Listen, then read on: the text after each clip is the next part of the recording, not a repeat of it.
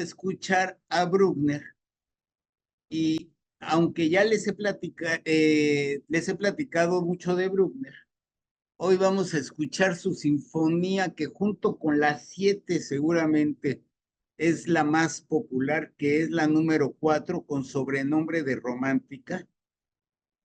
Miren, yo esa sinfonía, bueno, cuando empecé muy joven a escuchar a Mahler, había muy poco Mahler en, en México y mucho menos Bruckner. Bruckner sonaba como algo tan misterioso y por fin llegó un álbum con la primera, segunda y tercera sinfonía con Eugen Jochum. Y yo creo que desde los primeros compases me encantó, aunque les he dicho en más de una ocasión, con graves problemas de grabación, porque tiene muchos momentos que va de lo más alto a lo más bajo, de lo más fuerte a lo más quedito, y en las grabaciones de repente apenas se oye, de repente ¡pum! Era hasta incómodo. Obviamente eso se ha venido corrigiendo y creo que cada vez alcanza más popularidad. Y esa idea de que es largo, pesado, aburrido, se ha venido desdibujando. Ha tenido muy importantes promotores, entre otros podría mencionar a el mismo Eugen Jochum, a Rudolf Kempe, por supuesto, y muy entusiasta con Bruckner Subin Meta. Inclusive él fue el que estrenó la octava sinfonía. Y evidentemente el gran Celebidache. Entonces, ha sido un músico que va adquiriendo, al igual que Mahler, cada vez más gusto en el público.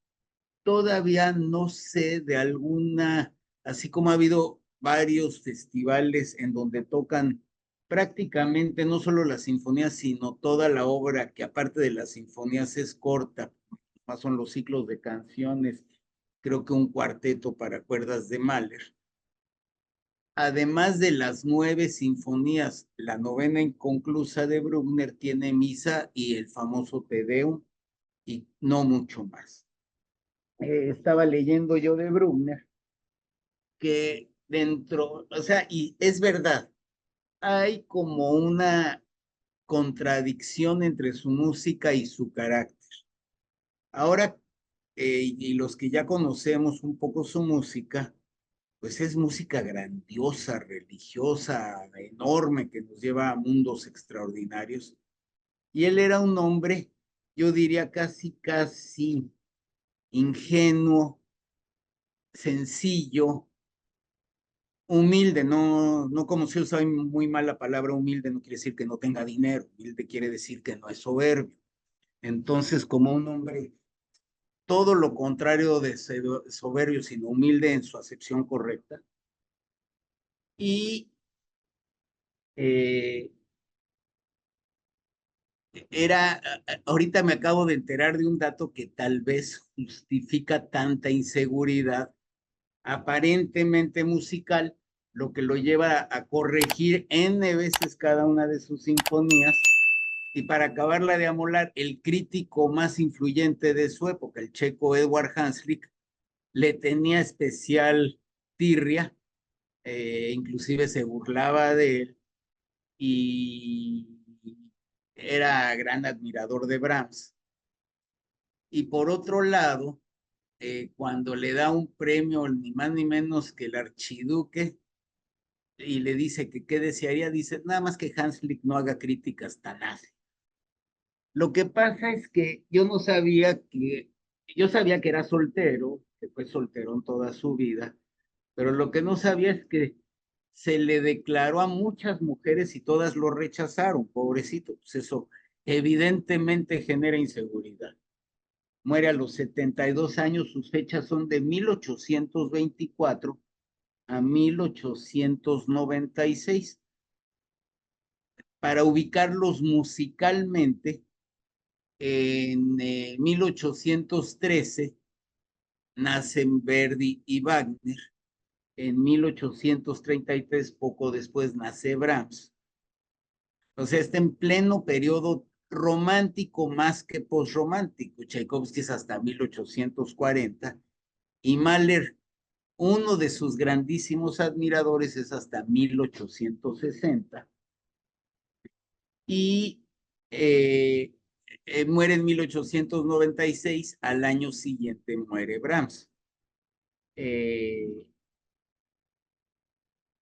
Les digo, se le ha tildado mucho. Es más, yo recuerdo alguna vez platicando con Juan Arturo Brennan, a él no le gusta, y justo fue lo que me dijo. Es aburridísimo, larguísimo. Pues yo no lo creo. Yo creo que sus mensajes son, en primer lugar, es todo ese sentido ya más posromántico que posromántico. Ya se ve la influencia de Wagner, aunque son caracteres opuestos. Les digo, ahí está la contradicción. Por otro lado, Bruckner es un músico religioso en el sentido más, si quieren, más naif, no filosóficamente, sino tiene la suerte de tener una fe muy sencilla, lo cual pues sin duda debe de ser una manera mucho más fácil de afrontar la vida. Y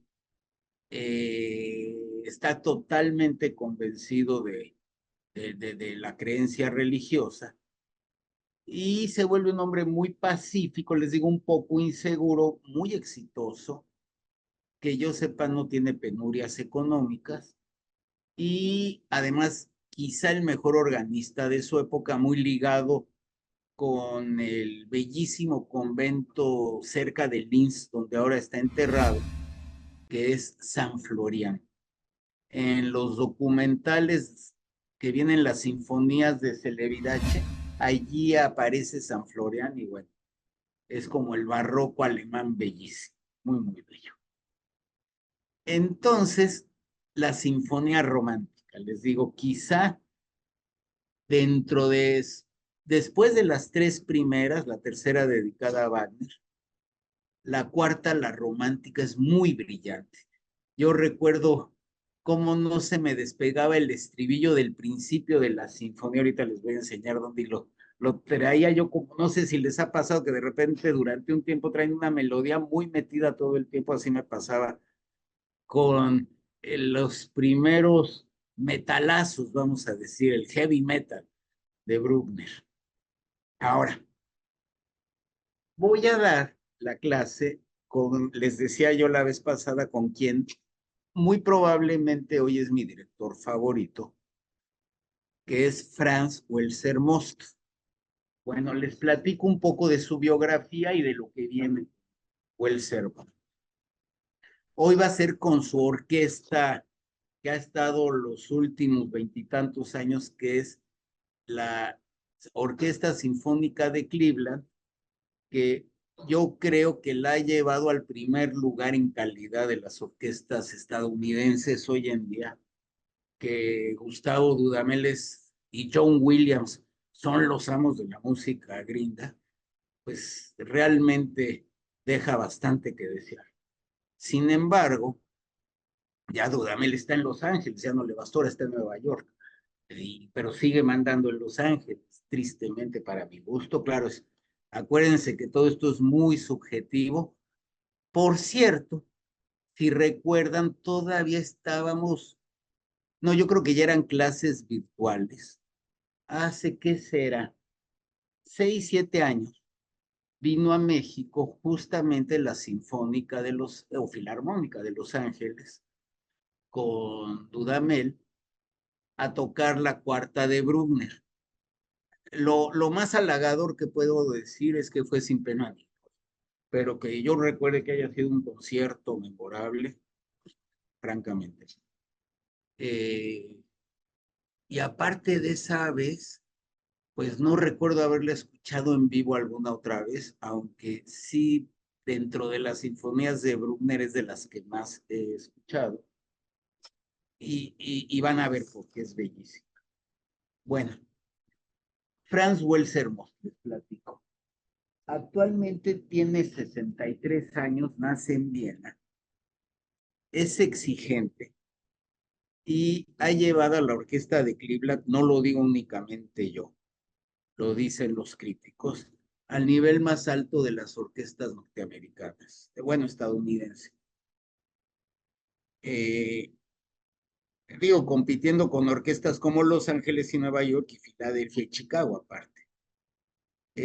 Su contrato con Cleveland ya está a punto de expirar, es hasta el 27, cuando ha estado desde el 2002. Eh, no es tan fácil como parece la vida que ha tenido. Bueno, tuvo un accidente muy fuerte, tiene cáncer y es el director consentido de esta gran orquesta, que quizá sin duda de las mejores del mundo desde hace muchos años, que es la Filarmónica de Viena. Ya ven que no tiene director titular, sino siempre invitan a alguien. Y en esta ocasión, y los dos más queridos son Muti y Welser Most. Creo que a mí me gusta más Welser todavía.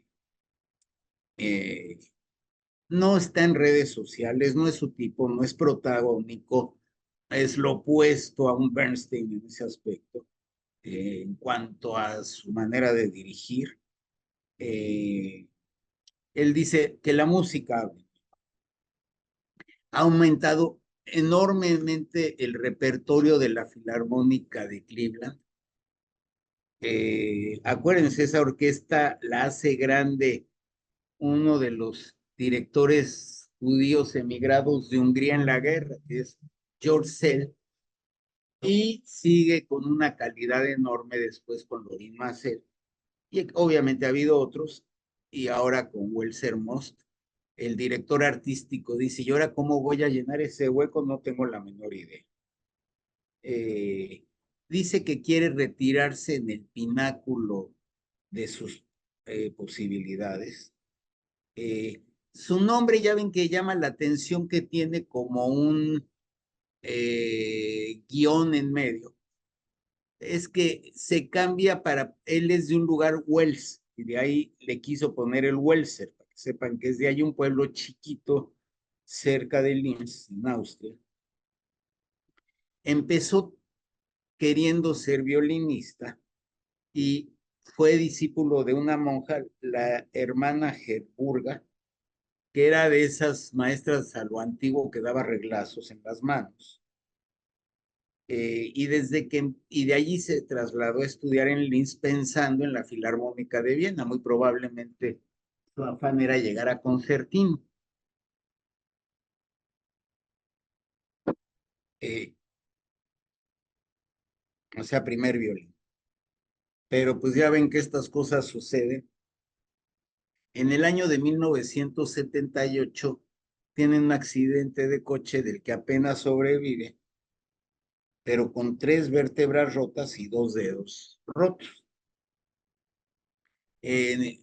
No, no es por superstición, dice él, pero justo fue 150 años después de que Schubert había compuesto una obra que él acababa de tocar, y después fue el accidente, y ambos, Schubert compuso esa pieza, y a los 18 años, que era la edad que él tenía, era una misa, y fue lo primero que oyó al despertar en el hospital. Obviamente ya no pudo seguir tocando el violín y lo llaman para dirigir una orquesta en Suecia. Luego, o sea, y su calidad es tan obvia que ni más ni menos y lo llaman a dirigir la Filarmónica de Londres, ya imagínense, muy, muy joven. Pero es un gran fracaso. Desgraciadamente no le gusta la crítica, quizá no dirigía como dirige hoy. Y de allí se va a la ópera de Zúrich, donde le hacen burla. Ya ven tan lindos los suizos que le dicen que era más luz que Most. O sea, más perdedor que ganador. Y de allí parte a Estados Unidos. Gracias a su representante, que él llama su madre judía, Edna Landau, eh, que se fascinó con él, escuchándolo precisamente en Zúrich. Debuta en Estados Unidos con la Orquesta de San Luis en 1989 y en 1993 lo llaman a Cleveland. Ah, no, entonces está desde 93, fíjense. Eh, Dice que él necesitó 6 temporadas, muy exigente, necesitó 6 temporadas para estar satisfecho con su trabajo. Eh, mm, mm, mm. Puede parecer en su dirección frío, pero es sumamente cálido su sonido. Aquí recuerden lo que se decía de Heifetz, ¿no? Que lo criticaban porque no gesticulaba, ¿no? Y como decía Ivry Gitlis, cierren los ojos y oigan la música, para que vean la cara. Bueno, eh, los bromista se lleva muy bien con la orquesta, es sencillo, fácil de comunicarse. Dice el principal oboísta de la orquesta que nunca ha estado en ensayos tan bien organizados, es un hombre muy estructurado. Eh, eh, mm, mm, mm. Por alguna circunstancia imprevista, le toca dirigir con Viena el Tristán en el año de 2003 y les encantó y lo consideran uno de nosotros, la Orquesta de Viena. Y dicen, eso para mí fue como que me hubieran hecho Ser Inglés, que fue un gran, no, pues imagínense que la Orquesta de Viena hable bien de un músico, pues tiene que ser extraordinario. Eh, no, su relación con Viena pues, es muy fuerte y en el 2010 lo llaman a la Ópera Estatal de Viena, imagínense la calidad, y cuando no tiene buena relación con el director de la orquesta, renuncia, pero cuando cambia el director lo vuelven a llamar. Eh, Dice, fíjense, un poco contradiciendo, no contradiciendo, pero no tiene lo que sí tuvieron Richter o Horowitz, y el pobrecito además por el accidente y el cáncer, como si no fuera suficiente, aunque son optimistas sus pronósticos de cáncer, ya sabe uno que allí no hay garantía, eh, pero dice que después, a diferencia de Horowitz o Arrau o Richter, que hasta muy avanzada edad siguieron tocando, él dice que le tocó ver la decrepitud de Karajan con Berlín y que no quería eso, por eso decide dejar, porque ya va a dejar a los 66 a Cleveland. No tiene planes específicos, claro, con la estatal de Viena y como invitado de Viena. Dice que la vida tiene muchas otras cosas que ofrecer. Se ve que es un hombre muy sensible y muy inteligente, me parece. Eh, Dice que ya no se siente con la fuerza. Bueno, yo creo que para un joven es difícil el anillo de Wagner o Electra de Richard Strauss. Eh, Iba a dirigir Macbeth de Verdi y los dolores de espalda ya no lo dejaron, pues 3 vértebras rotas desde los 18 años. Imagínense a los 63 cómo debería eso. Eh, ¿Qué más de él? Pues básicamente, si recuerdan, yo ya lo apreciaba, pero su novena de Beethoven con el Concertgebouw de Ámsterdam, les puedo decir, me decía mi esposa, ¿cómo? ¿Te gusta más que Furtwängler? Le digo, la verdad, sí, no puede ser.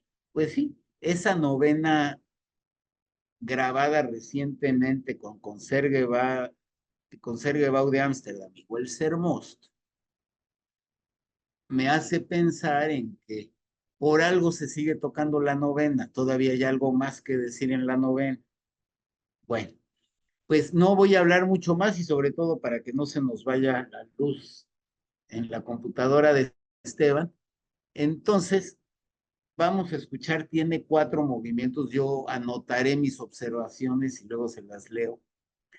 De la Cuarta Sinfonía Romántica de Anton Bruckner con la Orquesta Filarmónica o Sinfónica, ahorita vamos a ver, de Cleveland. No hay gran diferencia, ¿eh? Creo que no suena más elegante. De Cleveland, de las grandes, quizá la número uno hoy en día de Estados Unidos, y con este director para mi gusto extraordinario, el mejor, el que más me gusta, obviamente junto con el extraordinario Kirill Petrenko, Franz Welser. Por favor.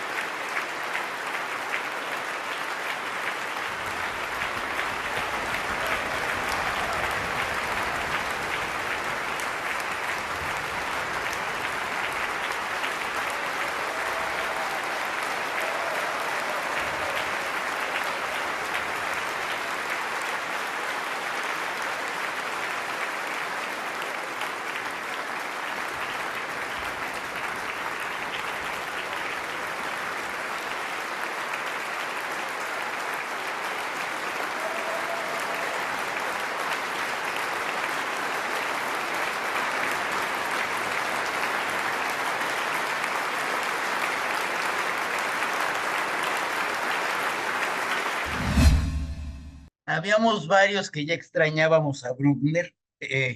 Yo creo que una de las mayores satisfacciones que he tenido en clase es poder contagiar mi entusiasmo por Bruckner y créanme que hoy tuve un gran aliado que es este director, que cada vez que lo oigo confirmo su calidad. No recuerdo haber oído, a ver si me puedo explicar, un Bruckner tan articulado. Encontré, aunque he oído N veces esta sinfonía, encontré cosas nuevas, aparte de su equilibrio, su balance. En Bruckner debe de ser muy difícil conciliar los metales con las cuerdas que no los opaquen y las maderas, y cada sección tiene un sonido. Yo hacía mucho que no oía una orquesta norteamericana con la calidad de una orquesta europea. Y cuando hablaba de orquestas norteamericanas, pues no quiero dejar de hablar, por ejemplo, la qué bueno qué bueno que te gustó. Eh, no puedo dejar de hablar de momentos de gloria que han tenido otras grandes orquestas americanas. Por ejemplo, recuerdo una vez escuché a Pittsburgh con Lorin Maazel, espectacular. Eh, Obviamente Boston, que tuvo a directores ni más ni menos como Eric Leinsdorf o Fritz Reiner, de los legendarios, o la de San Luis, inclusive la de Dallas tuvo una gran época con Eduardo Mata, o la de Houston con Sir John Barbirolli, ni más ni menos. O sea que de veras, ojalá traigan este tipo de directores a las orquestas estadounidenses, si es que los hay. O sea, directores como estos no se dan en racimo. Bueno, qué bueno que nos dio tiempo de oír toda la sinfonía. Gracias, Esteban. Realmente mis comentarios, como siempre, son emociones y algunas observaciones. Nada. Siempre que oigo a Bruckner pretendo, bueno, para mí oír una sinfonía de Bruckner no deja de ser una, igual que una de Mahler. Tiene tantas facetas y demás. Yo creo que Bruckner viene siendo, ya he comentado muchas veces, las semejanzas y diferencias entre Bruckner y Mahler, pero yo creo que lo más esencial de Mahler está en Bruckner. Quizá menos disperso, pero con las mismas emociones y como con la esencia. Bueno, otra cosa que tiene Bruckner, aparte de una aventura, es un cuento de niños maravilloso, con bosques, con dragones. Miren, me encanta la seriedad del director. Se fijaron que usa partitura. Me acuerdo que un director que ahora está en el Teatro Colón, no malo, tengo que reconocerlo, pero cuando fui a oír con él la tercera de mal y, e hizo intermedio, ya ven que yo no hice intermedio porque creo que se pierde todo el hilo de la obra. Inclusive aquí se repiten melodías de movimientos. Y el movimiento, el poema El hombre de Nietzsche en el cuarto movimiento de la tercera de Mahler con gente masticando cacahuates japoneses, pues no se oye tan como debería, ¿verdad? Bueno, eh, como que Bruckner tienen que ser directores muy poderosos que tienen a la orquesta en un puño, de otra manera se vuelve caótico. Y sobre todo esas diferencias de dinámica, ¿no? De volumen. Eh, la sonoridad tiene un pasaje, el primer movimiento, que es una ascensión, que me dieron muchas ganas de comparar esta ascensión con la obra que yo creo que es la ascensión absoluta, que es la Sinfonía Alpina de Richard Strauss, bellísima. Entonces valdría la pena, yo lo voy a hacer, las quiero comparar. Segundo movimiento. Como que inmediatamente sigue el cuento. Normalmente, acuérdense, los cuentos europeos, centroeuropeos, alemanes y todo son en bosques, porque el bosque, sobre todo de noche, pues es como muy incierto.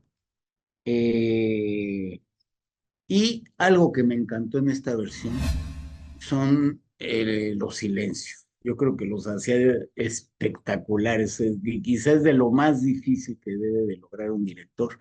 Y pienso que más que una fracción de tiempo dividida en microsegundos, o no sé cuál sea la medida más corta de tiempo, yo creo que es más bien una cuestión de, es como cualquier otra nota, la sensibilidad, o sea, el tempo, yo creo que es diferente al tiempo físico, es el tiempo artístico, estético. Bueno, tiene también esa tenacidad maleriana que trata y no se da por vencido y sigue subiendo torororo, torororo. Luego, los pichicatos, qué fuertes son en Bruno. Eh, y luego las cuerdas bellísimas, eh, lo articulado, les digo, oía cada instrumento, nada opacaba a nada, y aparte es tan medido. Luego viene una marcha rítmica con entradas que de repente entraba la madera, tan bella. No sé exactamente, siempre me cuesta trabajo distinguir, sobre todo cuando varias maderas tocan juntas. Por ejemplo, es típico el sonido del clarinete y la flauta, o del oboe, más que del oboe y la flauta. Eh, pero es difícil detectarlo. Eh, por ahí hay unos pícolos disonantes, los trombones lo hacen todo muy solemne, y viene una parte cuando termina, antes de que termine el segundo movimiento, porque acaba exageradamente suave, creo yo. Pero esa parte no sabía yo ni qué adjetivo ponerle, triunfal, celestial, majestuoso, bíblico, como que nos elevaba a algo muy sagrado, me encanta. Yo creo que pocos músicos logran eso, que es como llegar al cielo, ¿no? Al paraíso, a que nos hable la luz, no sé, muy bello. El tercer movimiento, que ya ven que son como los fáciles o los divertidos de Bruckner, muy repetitivos, deliciosos, la palabra correcta serían los más pegajosos. Bueno, empieza con los cornos y recuerda la casa de la zorra, indudablemente. Luego el trío es otro cuento bellísimo. El clarinete, el oboe y la flauta, y luego los violines bellísimos. Y como siempre, la estructura de los scherzos repite y repite, repite, y es muy rico cuando se acaba. Luego también en el trío hay un vals. Y al mismo tiempo dan ganas de cantar, y al mismo tiempo es como campirano, como pastoral. Y de repente, no sé si se fijaron que había un crescendo y no lo había oído yo así nunca.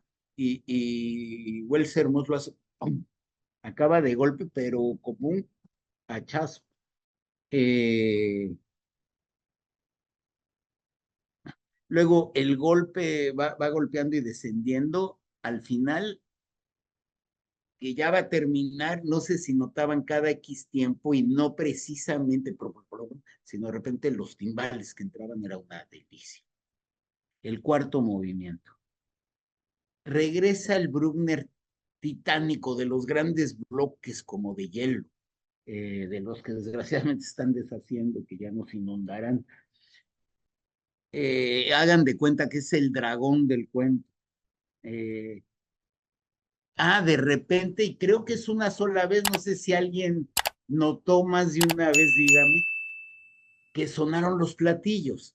Hay muchas anécdotas, ya les he platicado en ocasiones, pero porque no la veo, es que es muy divertida la anécdota de cuando en la séptima, en el segundo movimiento, una sola vez toca el platillo, y en un concierto en Tokio de la Filarmónica de Berlín con Herbert von Karajan, pues yo creo que se durmió el platillista, imagínense para las pulgas de Karajan. Eh, yo creo que el avión de regreso hizo escala en Polonia. No, no, no, le ha ido re bien al cuatro. Bueno, luego balseado, luego el 1, 2, 3, otra vez como bíblico, cómo contestaban los chelos, tiene partes hasta coquetas, y de repente viene quizá mi pasaje favorito de la sinfonía, este, que es como fuga o fuguita o fugueta, o como se diga, una fuga muy corta, pero bellísima. Tarararán, pararara. Es un acorde barroco, precioso dentro de la masa bruckneriana, se oye espectacular. Eh, mm, mm, y una sonoridad tan enorme, no, acuérdense, nunca va a ser lo mismo sonoridad que volumen alto. Es algo, volvemos, es mucho volumen, pero estéticamente. Eh, y acuérdense, además, el escenario en donde está tocando es San Florian, en donde Bruckner era uno de los mejores organistas de Europa, si es que no el mejor, y ahí está enterrado en San Florian. Qué belleza de lugar, les decía el barroco alemán, es austriaco, espectacular, bellísimo, a mí me encanta ese arte. Eh, Luego, de repente hay una parte de instrumentos muy graves, los contrabajos hasta los enfocaron con, yo no sé si era o contrafagot o clarinete bajo, pero instrumentos muy roncos, que me encantó eso. Eh, bueno, esos son mis comentarios y quizá mi último comentario diría, si no supieran cómo es Bruckner, uno se imaginaría que la personalidad de alguien que escribió esta música tan grandiosa no era un hombre inseguro, sensible, sencillo, que cuando un gran director estrenó una de sus sinfonías y le tocó, creo que era Hans Richter, uno de los grandes, y le gustó mucho la interpretación a Bruckner, pues le dio una propina para que se fuera a tomar una cerveza. O sea, con toda la buena intención, era muy ingenuo, un hombre lindo, en fin. Yo con eso termino, lo disfruté muchísimo. La próxima clase vamos a empezar con una ópera bellísima que es La hija del regimiento de Donizetti, famosísima por su área, mis amigos con los dos de pecho, y el tenor que escogí, y está bellísima la versión, es Juan Diego Flores.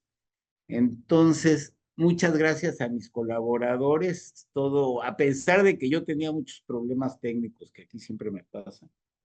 eh, Salió muy bien, lo disfruté muchísimo y ojalá y haya logrado mi cometido de hacer los fans de Groot. Yo creo que con más de uno lo logré, ojalá.